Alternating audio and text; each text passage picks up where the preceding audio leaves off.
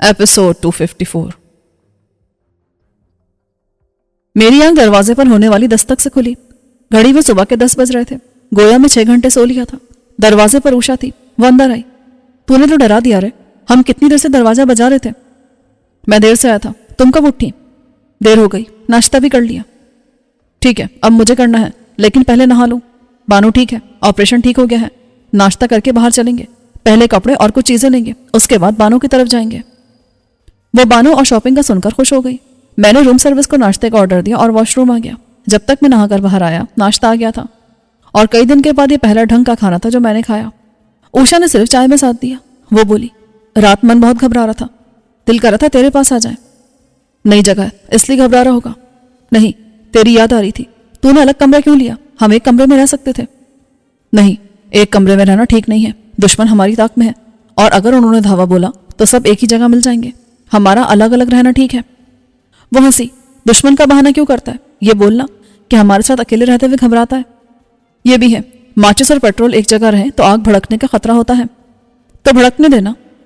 उषा, तुम क्यों भूल रही हो कि मैं इस किस्म का आदमी नहीं हूं और तू जहरीली है। उसने मायूसी से कहा, अगर मैं वशकन्या ना होती तब भी तू मेरे पास ना आता। नहीं, ये मेरे लिए मुमकिन नहीं है। और सुनो, अगर मेरे साथ रहना चाहती हो तो आइंदा इस मौजू पर बात मत करना। ठीक है रे, रहना तो तेरे साथ है, अब तू जैसे चाहे रखे। उसने ठंडी सांस लेकर कहा। मेरे अंदर खतरे की घंटी बजने लगी। वो कंबल होती जा रही थी और मैं उसे साथ नहीं ले जा सकता था, जबकि उसे यहाँ छोड़कर जाना भी मुश्किल लग रहा था। वो कुंवर पैलेस में ठीक थी, वहां आराम से रह रही थी और उसके बदन में भरे जहर की वजह से कोई उसे खिलौना भी नहीं बना सकता था।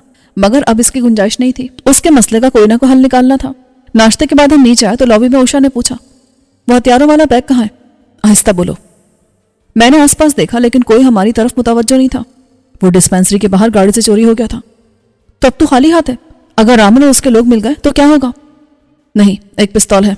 मैंने उसे तसल्ली दी। उसे 2 अदद मजीद पिस्तौलों के बारे में नहीं बताया। दूसरी सूरत में उसे पूरी दास्तान सुनानी पड़ती और फिलहाल उसके लिए टाइम नहीं था। होटल की पार्किंग में रपन कुमार फ्रेश और तैयार था। कहाँ जाना है साहब? किसी अच्छे शॉपिंग सेंटर ले चलो जहां कपड़े मिल सके।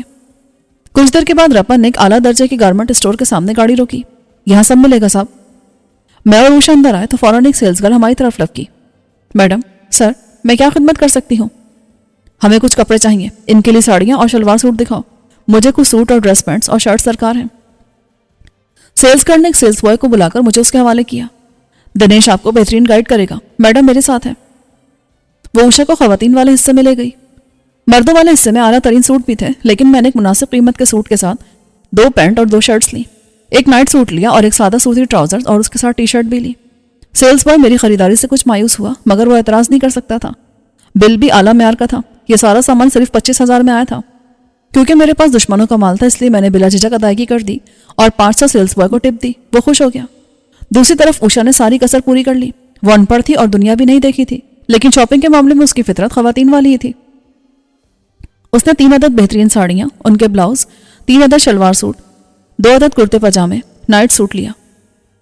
सेल्स गर्ल ने मुझे बताने की कोशिश की कि उनमें से क्या चीज किस कीमत की थी, लेकिन मैंने हाथ उठाकर कहा, मुझे सिर्फ टोटल बिल बताया जाए। उसने टोटल बिल जो कंप्यूटर से प्रिंट होकर निकला था मुझे थमा दिया। यह 55,000 की रकम थी। बिल अदा करते वक्त मैंने दुआ की कि सवेरा शॉपिंग की ऐसी शौकीन ना हो। उस पर मुझे अपनी मेहनत की कमाई खर्च करना थी।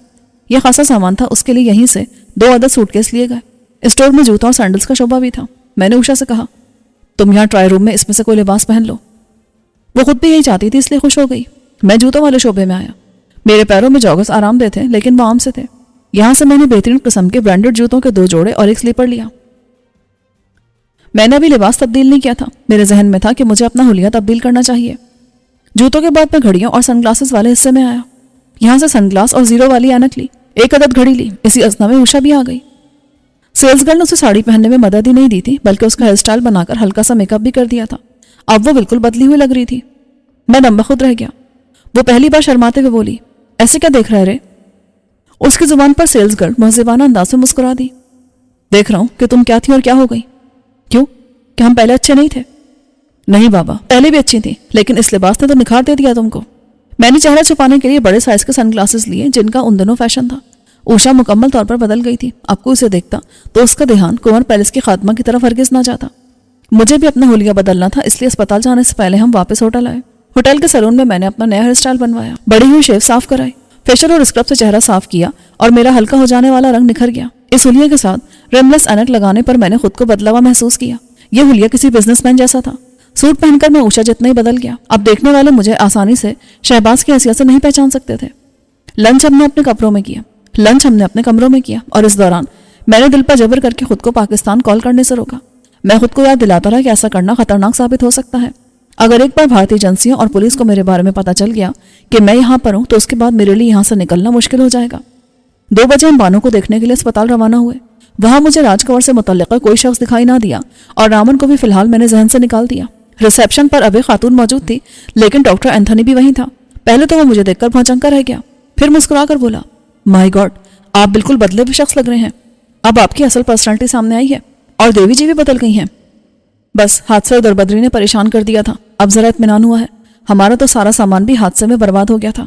खैर छोड़िए, ये बातें तो होती रहेंगी। ये बताइए कि रीना आप कैसी है? क्या हम उससे मिल सकते हैं? बिल्कुल, आप ठीक समय पर आए हैं। वो होश में हैं और 2 घंटे बाद उनको दोबारा सुला दिया जाएगा। क्योंकि पेन किलर का असर कम होगा तो वो पेन महसूस करेंगी। हम डॉक्टर के हमरा बानो के कमरे में आए। एक नर्स उसे चम्मच से सूप पिला रही थी। वो हमें देखकर खिल उठी। मैंने डॉक्टर से कहा, प्लीज क्या आप कुछ देर के लिए हमें अकेला छोड़ सकते हैं? ये नर्स अपना काम खत्म कर ले तो फिर ये काम हम कर लेंगे। उषा ने आगे बढ़कर कहा तो नर्स उठकर डॉक्टर के साथ बाहर चली गई। उषा ने बानो से हाथ मिलाया। कैसी हो अब? मैं तो ठीक हूँ, लेकिन आप लोगों को देखकर तो ऐसा लग रहा है जैसे हनीमून मनाकर आ रहे हैं। हनीमून? वो क्या होता है? उषा ने पूछा तो मैंने बौखला कर कहा, मतलब घूम फिर कर आ रहे हैं। बानो की बच्ची, दिमाग पर चोट लगी और काबू जुबान पर नहीं रहा तुम्हें? वो खिसिया गई। सॉरी, चोट की वजह से वाकई ऐसा हुआ है। जब से होश आया है डॉक्टर ने सवाल पूछ पूछ कर दिमाग खराब कर दिया है। मैंने उसका शाना थपका। शुक्र है कि तुम्हें बर वक्त यहाँ ले आए और ऑपरेशन हो गया। हमारा तो मन बैठा जाता तुम्हें बेहोश देख देख कर। उषा ने उसे चम्मच से सूप पिलाना शुरू किया। बानो, तुम्हारा नाम यहाँ रीना है और मेरा नाम शाम, और उषा तो उषा ही है। डॉक्टर जब मुझसे मेरे बारे में कोई सवाल करता तो मैं कहती कि मेरे भाई को बुलाएं, मैं उनके सामने किसी सवाल का जवाब दूंगी। मैंने अपने बारे में कुछ नहीं बताया। शाबाश, मुझे तुम पर फख्र है। तुमने किसी भी मौके पर मुझे मायूस नहीं किया।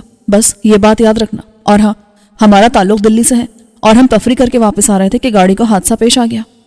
जी, मैंने यही बताया है। अब बताओ कि वहां हुआ क्या था? वैसे मुझे भी अंदाजा है कि क्या हुआ था। और राजकुमार ने तुम पर छुपकर हमला किया था। हाँ, वो भागा तो मैं उसके पीछे गई और उसने एक जगह छुपकर किसी सख्त चीज से मेरे सर पर वार किया। फिर मुझे होश ना रहा। इत्तेफाक से राजकुमार भी यही है। वो बुलंदी से गिरकर शदीद जख्मी हुआ था। उसका ऑपरेशन हुआ है और डॉक्टर ने उसके लिए 12 घंटे अहम करार दिए हैं। बानो के साथ साथ उषा भी चौंक गई। तूने हमें नहीं बताया? मौका नहीं मिला। मुझे भी इत्तेफाक से मालूम हुआ और उसे मेरे सामने यहाँ लाए थे। कौन लाया था? रामन और एक अजनबी शख्स था। आपने रामन को ऐसे जाने दिया? बानो ने सवाल किया। वो उषा की निस्बत ज्यादा ज़हीन थी और मुझे समझने भी लगी थी। हाँ, मुझे मौका नहीं मिला। बानो, मैंने तुम्हें राना व्यास के बारे में बताया था। मुझे उससे हेल्प लेनी पड़ी और उससे यहाँ मेरे लिए बहुत आसानी हो गई। मैंने पाकिस्तान वालों को इत्तला कर दी है। वो पहले भी जान गए हैं क्योंकि बीतू मियाँ साहब की कैद से फरार हो गया था। पाकिस्तान का सुनकर वो बेकरार हो गई। हम यहाँ से कब जाएंगे? जैसे तुम ठीक होती हो। मैं ठीक हूँ। नहीं, तुम्हारा ऑपरेशन हुआ है और जब तक डॉक्टर तुम्हें ठीक करार ना दे दे तुम्हें सफर नहीं करना होगा। वो कसमस आई। शहबाज साहब, जब से मैंने सुना है कि राजकुमार यहाँ है मुझे बेचैनी हो रही है। अगर मैं सफर नहीं कर सकती तो मुझे कहीं और शिफ्ट कर दें। मैंने भी यही सोचा है। हम जिस होटल में हैं वो बहुत महफूज है और वहाँ राना साहब का असर भी है। मैं तुम्हें वहीं ले जाऊंगा और कोशिश करेंगे कि डॉक्टर वहीं तुम्हें चेकअप करता रहे, मगर फिलहाल तुम्हें अस्पताल से कहीं और मुंतकिल नहीं किया जा सकता। अभी तुम ऑपरेशन की तकलीफ में हो। तब आप डॉक्टर से पूछें कि मुझे कब तक इजाजत मिल सकती है। ओके, मैं बात करता हूँ। मैं बाहर आया। डॉक्टर अपने रूम में था। मैंने उससे बानो को रिलीज करने का पूछा तो उसने कहा, 36 घंटे ऑपरेशन की तकलीफ शदीद रहती है जिसे सिर्फ मार्फिन से दबाया जा सकता है। उसके बाद उसे आम पेन किलर से काबू किया जा सकता है और 72 घंटे बाद उसकी जरूरत नहीं रहती। जख्म कितने दिन में भर जाएगा और ये एयर ट्रैवल कर सकेगी? इसमें कम से कम 5 दिन चाहिए। हमने खोपड़ी में सिर्फ 2 मिलीमीटर का सुराख किया था, उसे भरने में इतने दिन लग सकते हैं। ठीक है, लेकिन वो हॉस्पिटल के माहौल से घबराती है। अगर मैं उसे होटल शिफ्ट करना चाहूँ नर्स समेत तो ये कितनी देर में मुमकिन होगा? ये भी कम से कम 24 घंटे बाद हो सकेगा, जब हम दोबारा सीटी स्कैन से चेक कर लें कि स्वेलिंग ठीक हो रही है। यानी बानो कल सुबह से पहले रिलीज नहीं हो सकती थी। डॉक्टर ने कहा, कल सुबह 24 घंटे मुकम्मल होते उनका सीटी स्कैन और दूसरे टेस्ट होंगे, उसके बाद जाने की इजाजत मिलेगी, मगर 24 घंटे में एक बार चेकअप के लिए लाजमी हॉस्पिटल लाना होगा। میں واپس آیا تو نرس آ چکی تھی اور اس نے اطلاع دی کہ ملاقات کا وقت ختم ہو گیا تھا اور اب بانو کو دوائیں دی جانی تھی۔ ہم واپس ہوٹل کی طرف روانہ ہو گئے۔ وہ شام ہم نے ہوٹل میں ٹی وی کے سامنے گزاری۔ میں مختلف نیوز چینل لگا کر رامن کے بارے میں خبریں تلاش کرتا رہا، مگر رامن کے بارے میں کوئی خبر نہیں تھی۔ یہاں شام کو بھی 2 اخبارات چھپتے تھے۔ میں نے ہوٹل والوں سے انگریزی کا اخبار منگوایا اور اس کا بھی باریک بینے سے مطالعہ کیا، مگر رامن تو رامن، کسی زخمی یا لاش کے بارے میں بھی کوئی خبر نہ تھی۔ اگر وہ مارا گیا ہوتا تو اس کی لاش لازمی دریافت ہوتی۔ وہ ندی زیادہ بڑی نہیں تھی اور نیچے آبادیوں سے گزرتی تھی۔ رامن نہ صرف بچ گیا تھا بلکہ اس نے اسے پولیس کیس بھی بننے نہیں دیا تھا جس سے اخبار والوں کو خبر ملتی۔ شاید اس نے چھپ چھپا کر اپنا علاج کرا لیا تھا۔ میں نے اب تک اس کا موبائل آف رکھا تھا۔ میں نے صرف ایک بار پاکستان رابطہ کیا تھا۔ میرے ذہن میں یہ خیال موجود تھا کہ رامن را کا سابق ایجنٹ تھا اور وہ اپنے تعلقات استعمال کر کے اپنے نمبر کی نگرانی کرا سکتا تھا۔ اگر وہ بھارتی حکام کو میرے بارے میں بتا دیتا تو یقیناً میرے لیے بہت زیادہ مشکل کھڑی ہو سکتی تھی۔ شملہ زیادہ بڑی جگہ نہیں تھی، کسی کو یہاں تلاش کر لینا زیادہ مشکل نہیں تھا، اور اگر تلاش حکومت کی جانب سے ہوتی تو یہ بہت آسان ہو جاتا۔ بھارتی حکام کے پاس میری تصویر موجود تھی، یہ منتشر ہو جاتی تو میرے لیے کہیں بھی چھپنا بہت مشکل ہو جاتا۔ بہرحال اب بھی مجھے شبہ تھا کہ کسی نہ کسی طرح میری تلاش جاری تھی اور میں اسی وجہ سے یہاں سے پاکستان رابطہ کرنے سے گریز کر رہا تھا۔ اوشا میرے ساتھ خوش تھی اور وہ مصر تھی کہ آج رات میرے کمرے میں رکے گی، لیکن میں نے کسی نہ کسی طرح اسے اپنے کمرے میں جانے پر راضی کر لیا۔ اس کے جانے کے بعد میں نے سکون سے سوچا اور آنے والے دنوں کے حوالے سے چند فیصلے کیے، خاص طور سے اوشا کے بارے میں، اور پھر سو گیا۔ صبح میری آنکھ جلدی کھل گئی۔ بہت دنوں بعد میں نے ایکسرسائز کی اور پھر بات لے کر اوشا کے کمرے میں آیا۔ دستک کے جواب میں اس نے دروازہ کھولا۔ اس کی آنکھوں میں ابھی تک نیند کا خمار تھا۔ تم ابھی تک سو رہی ہو؟ ہاں رے، کرنا ہی کیا ہے؟ ناشتہ کرنا ہے اور پھر مجھے بانو کو لینے جانا ہے۔ ہمیں نہیں لے جاؤ گے؟ نہیں، آج تم آرام کرنا، تم کپڑے چینج کر لو، میں ناشتہ منگوا لوں۔ وہ آدھے گھنٹے میں نہا دھو کر کپڑے بدل کر آ گئی۔ اس دوران میں ناشتہ آ گیا۔ ناشتے سے فارغ ہو کر میں نیچے آیا اور ریسیپشن پر موجود اسی خاتون سے بات کی جس نے مجھے رانا ویاس کے حوالے سے تسلی دی تھی۔ مجھے ایک اور کمرہ چاہیے، اس میں ایک مریضہ کا قیام ہوگا اور ساتھ میں اس کی نرس بھی ہوگی۔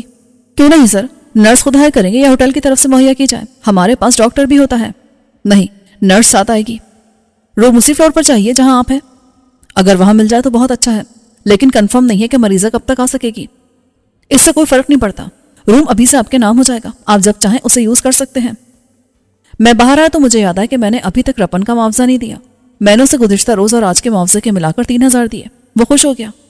میں نے پوچھا، تم گاڑی میں آرام سے رہ لیتے ہو؟ کیوں نہیں صاحب، کوئی پہلی بار تھوڑی ادھر آیا ہے، سیزن میں تو زیادہ وقت ایسے ہی گزرتا ہے، بہت کم بستر پر سونا نصیب ہوتا ہے، اپن کو عادت ہے، ابھی جوان ہے، ہر طرح سے گزارا کر لیتا ہے، جب بوڑھا ہوگا تب بستر پر آرام کرے گا۔ ہم اسپتال پہنچے۔ اس بار بھی میں نے احتیاط سے اندر دیکھ بھال کے گیا۔ ریسیپشن والا مجھے پہچاننے لگا تھا۔ میں نے اس سے پہلے راز کے بارے میں پوچھا۔ اس نے بغیر سوال کیے بتایا کہ اس کے آپریشن کامیاب رہے ہیں اور اب وہ پرائیویٹ روم میں شفٹ کر دیا گیا ہے۔ مجھ پر اس کا ایک اور قرض ہو گیا تھا، لیکن ابھی میں بانو کو یہاں سے شفٹ کرنا چاہتا تھا، اس کے بعد اسے دیکھتا۔ ڈاکٹر اینتھنی آف تھا، اس کی جگہ ڈاکٹر امرت سنگھ ڈیوٹی پر تھا۔ وہ روایتی ہسمکھ سکھ تھا جو سادگی میں بھی پھلجھڑیاں چھوڑتا ہے۔ اس نے بانو کا سن کر کہا، لو سر جی، کاکی فٹ فاٹ ہے، آپ جب جی چاہے لے جاؤ، پر 24 گھنٹے میں ایک بار اس کا چیک اپ لازمی ہوگا۔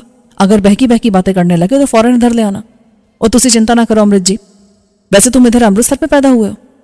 نہیں جی، میرا پیو ادھر کا تھا، پر جوانی میں ادھر شملے آ گیا اور میں یہیں پیدا ہوا۔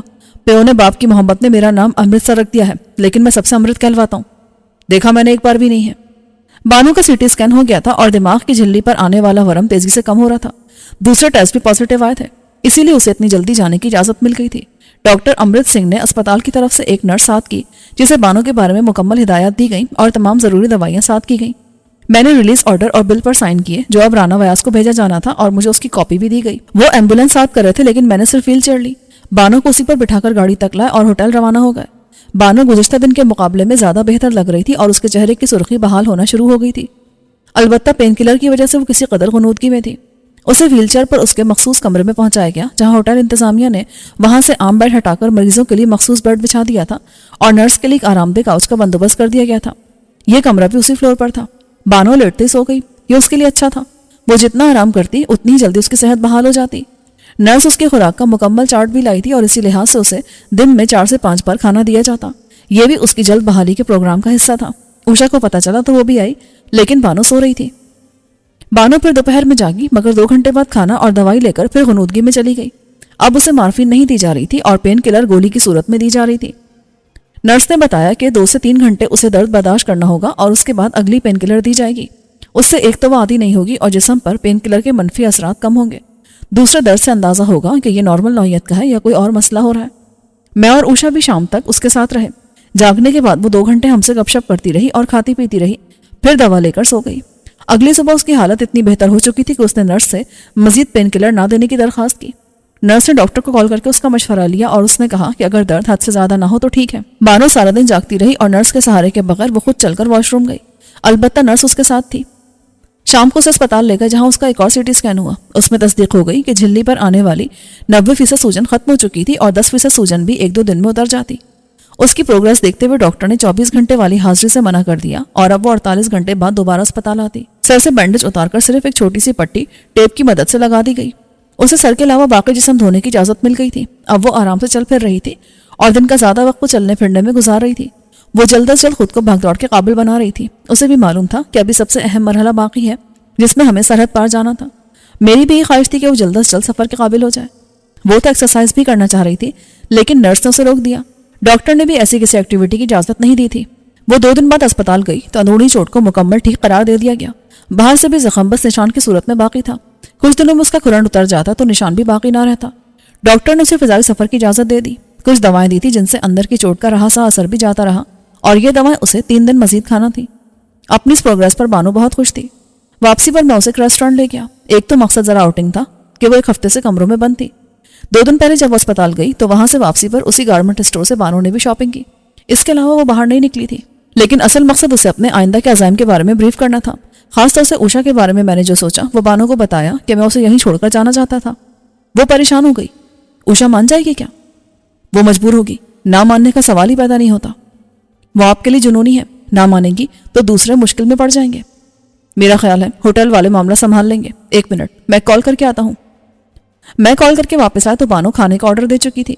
उसने यहाँ अपनी पसंद का हैदराबादी फ्रॉक और पजामा तलाश कर लिया और वही पहने हुए थी। ये लिबास उस पर जचता था। खाने के बाद हम होटल के लिए रवाना हुए। उषा हमारी मुंतजिर थी। होटल पहुंचकर मैंने रपन कुमार को उसका बाकी मुआवजा वहाँ 1 दिन के इजाफी मुआवजे के दिया तो वो बहुत खुश हुआ और शुक्रिया अदा करता हुआ रुखसत हो गया। अब उसकी जरूरत नहीं थी। अगर मुझे जरूरत पड़ती तो मैं टैक्सी ले सकता था या होटल की तरफ से गाड़ी ड्राइवर के समेत मिल सकती थी। बानो के लिए रखी जाने वाली नर्स भी रुखसत कर दी गई और अब उसका कमरा दोबारा नॉर्मल फर्नीचर से आरास्ता कर दिया गया। डिनर के बाद जब उषा सोने चली गई तो मैं कमरे से निकलकर नीचे असिस्टेंट मैनेजर के पास आया। मैनेजर दिन में होता था। मैंने उससे तफसीली बात की और उसे बताया कि मैं क्या चाहता हूँ। वो किसी कदर परेशान हो गया। क्या आपने खातून से बात कर ली? आप समझ नहीं रहे। मैं उसे बेखबर रखना चाहता हूँ और सुबह आपने मेरी हिदायत के मुताबिक उसे बताना है। इसके बाद भी सारे इंतजाम आपके होटल के तवस्सुत से होंगे और मैं तमाम अखराजात के लिए आपको पेशगी रकम दूंगा। रकम का कोई मसला नहीं है, वो सब राना साहब के जिम्मे है। मसला उनकी इजाजत का है। फोन रखा हुआ है, आप बात करें और इजाजत ले लें। उसने राना व्यास के महल कॉल की और चंद लम्हे के बाद राना व्यास ऑनलाइन आ गया। असिस्टेंट मैनेजर ने उसे बताया कि मैं क्या चाहता हूँ। फिर उसने मुझसे बात कर खफगी से बोला, मुझ बुढ़े को रात को क्यों तंग करता है? पहले इतनी मुश्किल से नींद आती है। राना साहब, माजरत खा हूं, लेकिन यह भी इमरजेंसी थी। मैं बहर सूरत इस मामले में आपकी रजामंदी चाहता हूँ। फोन मैनेजर को दो। मैंने रिसीवर असिस्टेंट मैनेजर की तरफ बढ़ा दिया। राना उससे बात करने लगा। मैनेजर ने बात करके सर हिला दिया। ठीक है सर, जैसा आप कहेंगे हम वैसा ही करेंगे। ये काम अभी करना है, मैंने कहा। मैनेजर ने मुझे एक वॉइस रिकॉर्डर फराहम किया और फिर मुझे तखलिया फराहम कर दिया। उसके जाने के बाद मैंने रिकॉर्डिंग का बटन दबाया और कहने लगा, उषा, तुम शायद मेरी आवाज़ आखिरी बार सुन रही हो। मेरी जिंदगी बहुत सी मुश्किलात का शिकार है और तुम मुझे अजीज हो। मैं तुम्हें इन मुश्किलात में मजीद शामिल नहीं करना चाहता। फिर मुझे वापस भी जाना है और तुम मेरे साथ नहीं जा सकती। मैं तुम्हें अकेला और बेसहारा छोड़कर भी नहीं जा सकता, इसलिए तुम्हें राना व्यास को सौंप कर जा रहा हूँ। वो बहुत अच्छे और मेहरबान आदमी हैं। उनके महल में तुम आराम से रहोगी और तुम्हें कोई मुश्किल नहीं होगी। तुम मुलाजिम नहीं होगी, लेकिन अगर तुम चाहो तो अपनी मर्जी से कोई जिम्मेदारी संभाल सकती हो। अगर तुम मुझसे मोहब्बत करती हो तो मेरी बात जरूर मानोगी और मैं चाहता हूँ कि तुम राना साहब के पास चली जाओ। जिस वक्त तुम ये पैगाम सुनोगी मैं और बानो यहाँ से जा चुके होंगे। होटल इंतजामिया तुम्हारे जाने का बंदोबस्त कर देगी। उनसे ताउन करना। अगर जिंदगी रही तो फिर मिलेंगे। मैंने रिकॉर्डर बंद करके मैनेजर को बुलाया। इसमें मौजूद पैगाम सिर्फ उषा सुने और यह रिकॉर्डर उसे दिया जाए। ठीक है जनाब, आपके लिए नए कमरे सेट कर दिए गए हैं और आपको सामान भी वहां पहुंचा दिया गया है। बेबी जा चुकी हैं और ये आपके कमरे की चाबी है। ये नए कमरे 4थे फ्लोर पर थे और आमने सामने थे। बानो आ चुकी थी। मैंने उसके कमरे के दरवाजे पर दस्तक दी। वो जाग रही थी। दरवाजा खुलने पर अफसरदा दिखाई दी। आपने उषा के साथ अच्छा नहीं किया, उसे बहुत धचका लगेगा। मैं जानता हूं, लेकिन उसके लिए धचका ही अच्छा होगा। मैं उसे साथ नहीं रख सकता और वापस तो हरगिज नहीं ले जा सकता।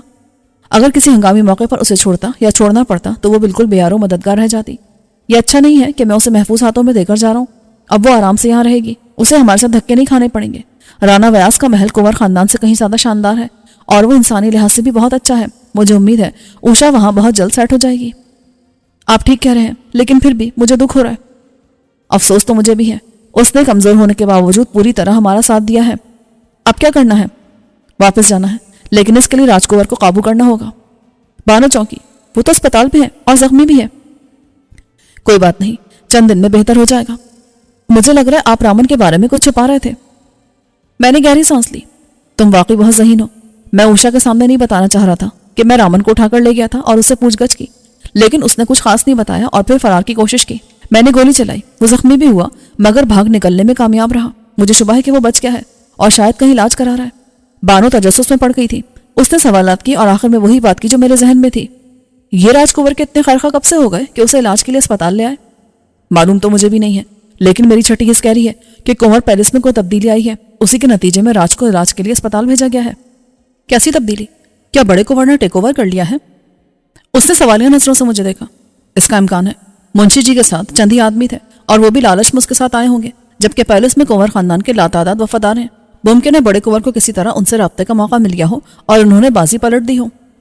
بڑے کنور ہی بھائی کا کسی حد تک فیور کر سکتا ہے، ورنہ منشی اور رامن اسے ہر قیمت پر مار ڈالنا چاہتے تھے۔ لیکن ایک ابہام ہے، اگر بازی پلٹ گئی تو نہ صرف رامن معاف کر دیا گیا بلکہ اس پر اتنا اعتماد کیسے کر لیا گیا کہ اسے راج کو اسپتال لے جانے کی ذمہ داری سونپ دی گئی؟ ممکن ہے اسی کی وجہ سے بڑے کنور کو آزادی ملی ہو۔ بانو نے خیال ظاہر کیا، اس صورت میں وہ معتمد بن سکتا ہے۔ اس کا مطلب ہے وہ مجبوراً منشی کے ساتھ شامل ہوا تھا، مگر اس نے ہمیں مارنے کی پوری کوشش تو کی تھی۔ تب اس کی اصل وفاداری بڑے کنور کے ساتھ ہوگی اور وہ راج کنور کو بھی اسی کے حکم پر بچانے کی کوشش کر رہا ہے۔ ہم سوچ کے تکے لگا رہے تھے اور حقیقت کا علم نہ تھا۔ رات گہری ہو رہی تھی، اس لیے میں اپنے کمرے میں آ گیا۔ نیند دیر سے آئی اور پھر آنکھ فون بیل سے کھلی۔ یہ انٹرکام تھا۔ میں نے ریسیور اٹھایا۔ یس سر، یہ آپ نے کتنی خطرناک لڑکی ہمارے سپورٹ کی ہے؟ دوسری طرف سے اسسٹنٹ مینیجر کی بوکھلائی ہوئی آواز آئی۔ جب اسے آپ کا میسج دیا گیا تو وہ پاگل ہو گئی، میرے آدمیوں پر چڑھ دوڑی اور جب اسے قابو کرنے کی کوشش کی گئی تو اس نے ایک آدمی کو کاٹ لیا۔ اس کی حالت خراب ہو گئی، اسے اسپتال بھیجا گیا ہے۔ مائی گاڈ مینیجر، وہ زہریلی ہے، وش کرنے ہے۔ اپنے آدمی کو فوراً کسی اچھے اسپتال بھیجو ورنہ وہ مر بھی سکتا ہے۔ آپ نے پہلے کیوں نہیں بتایا؟ میرا نہیں خیال تھا کہ اس کا رد عمل یہاں تک پہنچ جائے گا۔ اب کیسی ہے وہ؟ آدمی کو کاٹنے کے بعد اس کا جوش ٹھنڈا پڑ گیا ہے، لیکن سب ڈرے ہوئے ہیں، کوئی اس کے پاس جانے کو تیار نہیں ہے۔ میری نیند اڑ گئی تھی اور ذہن تیزی سے سوچ رہا تھا۔ مجھے ایک موبائل فون مہیا کریں اور اپنے موبائل فون سے اس پر کال کر کے اوشا سے میری بات کرائیں۔ یہ ظاہر کریں کہ میں کہیں اور ہوں اور آپ نے بڑی مشکل سے مجھ سے رابطہ کیا ہے۔ 5 منٹ بعد ایک بیٹا دروازے پر دستک دے کر ایک موبائل فون دے گیا اور چند منٹ کے بعد اس کی بیل بجی۔ میں نے کال ریسیو کی۔ دوسری طرف مینیجر تھا۔ جناب، آپ کہاں ہیں؟ اس نے اداکاری کرتے ہوئے کہا، آپ کی ساتھی نے مسئلہ کھڑا کر دیا ہے۔ انہوں نے مزاحمت کر کے ہمارے ایک آدمی کو کاٹ لیا ہے اور وہ اسپتال میں داخل ہے۔ میری بات کرا اوشا سے۔ چند لمحے بعد اوشا کی آواز آئی، شہباز، یہ تو ہے؟ اوشا، کہ کیا کر رہی ہو؟ کیا تم نے میری بات نہیں سنی تھی؟